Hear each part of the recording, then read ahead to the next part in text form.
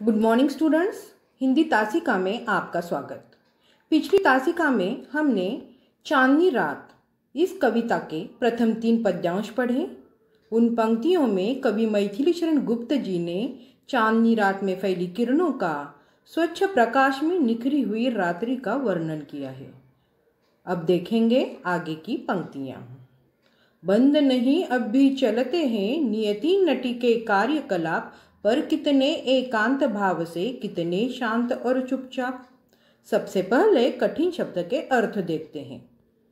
नियति, नियति का अर्थ है भाग्य। नटी, नटी मतलब रात्रि रूपी नर्तकी। कलाप, कलाप का अर्थ है गतिविधि। एकांत, एकांत का अर्थ है शांत भाव से। बंद नहीं अब भी चलते हैं नियति नटी के कार्यकलाप। कवि कहते हैं रात में जब सारी दिशाओं में आनंद ही आनंद होता है, तब नियति नामक नटी के मतलब रात के समस्त कार्य चलते रहते हैं।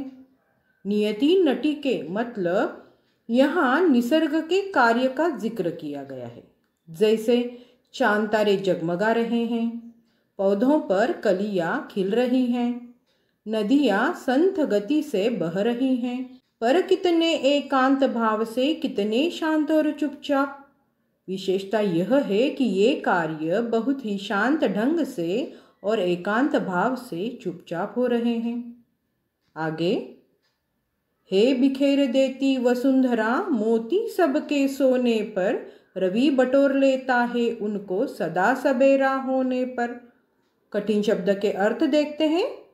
वसुंधरा, वसुंधरा का अर्थ है पृथ्वी या धरती। मोती, मोती मतलब चांद और तारे। चांद और तारों को यहाँ मोतियों की उपमा दी गई है। रवि, रवि का अर्थ है सूरज या सूर्य।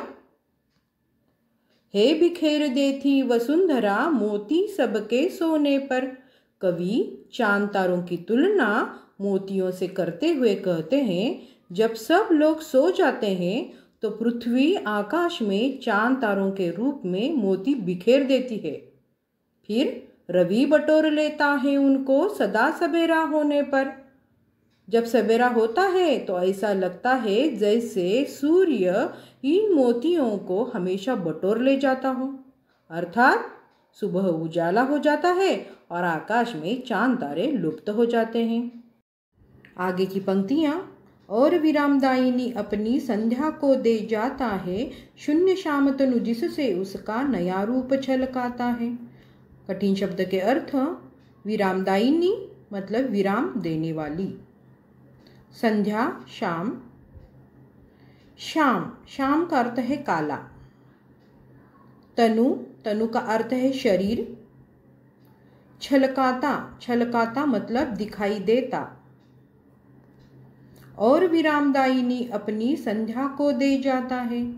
कवि कहते हैं कि सूर्य सुबह होने पर बटोरे हुए एक चांद तारे रूपी मोती उसे विश्राम देने वाली संध्या को मतलब शाम को सौंप जाता है, अर्थात शाम होने पर चांद तारे आकाश में चमकने लगते हैं और वे मोतियों का आभास कराते हैं। शून्य शाम तनु जिससे उसका नया रूप छलकाता है, इससे रात्रि की काली माँ प्रकाशमान हो जाती है और अपने नए रूप में छलकने लगती है। बच्चों, आगे की पंक्तियाँ पंचवटी में घटी घटना की याद दिलाती है। यह घटना तब की है जब राम, सीता और लक्ष्मण वनवास के दौरान नासिक स्थित पंचवटी के जंगल में ठहरे थे। पंचवटी 5 बरगद के पेड़ों का समूह जिसे पंचवटी कहा गया है। इस पंचवटी में सुंदर झोपड़ी बनी हुई है। इस झोपड़ी के सामने एक बड़े पत्थर पर बैठे लक्ष्मण राम और सीता की रक्षा के लिए पहरा दे रहे थे। यह तब का प्रसंग है जब शूर्पणखा पंचवटी में आई और धैर्यशाली लक्ष्मण को देखकर उस पर मोहित हो गई। आगे की पंक्तियाँ, पंचवटी की छाया में है सुंदर पर्ण कुटीर बना, उसके सम्मुख स्वच्छ शिला पर धीर वीर निर्भीक बना। कठिन शब्द पंचवटी, पंचवटी 5 वृक्षों का समूह। पर्णकुटीर, पत्तों की झोपड़ी। सन्मुख, सन्मुख का अर्थ है सामने। शीला, शीला का अर्थ है पत्थर। निर्भीक, निर्भीक मतलब निडर। पंचवटी की छाया में है सुंदर पर्णकुटीर बना, उसके सम्मुख स्वच्छ शिला पर धीर वीर निर्भीक मना। कवि कहते हैं कि पंचवटी की घनी छाया में सुंदर पत्तों की झोपड़ी बनी हुई है और उस कुटी के सामने, उस झोपड़ी के सामने एक स्वच्छ तथा विशाल पत्थर है। उस पत्थर पर एक धैर्यशाली निर्भय मन वाला पुरुष बैठा हुआ है। आगे की पंक्तियां। जाग रहा यह कौन धनुर, जबकि भुवन भर सोता है, भोगी कुसुमायुध योगी सा बना दृष्टिगत होता है। कठिन शब्द। धनुर तीरंदाज, धनुषधारी। भुवन, भुवन का अर्थ है जगत या संसार। भोगी, भोगी मतलब साधु। कुसुमायुध कामदेव, एक सुंदर तरुण। दृष्टिगत, जो दिखाई पड़ता हो या नजर आता हो। जाग रहा यह कौन धनुर, जबकि भुवन भर सोता है। कवि कहते हैं यह व्यक्ति कौन है, जब संपूर्ण संसार सो रहा है पर इस पत्थर पर कौन धनुषधारी बैठा हुआ है। कवि यहाँ हमसे ही सवाल करते हैं, बच्चों यह कौन है? बिल्कुल सही, ये तो लक्ष्मण है। कवि कहते हैं कि कामदेव जैसा सुंदर निडर व्यक्ति हमें नजर आ रहा है, यह कामदेव की तरह सुंदर दिखाई दे रहा है। यह कोई सन्यासी या कोई वीर योद्धा जान पड़ता है। इस तरह कवि मैथिली शरण गुप्त जी ने प्रस्तुत कविता में चांदनी रात का मनोहारी वर्णन सुंदर शब्दों में किया है।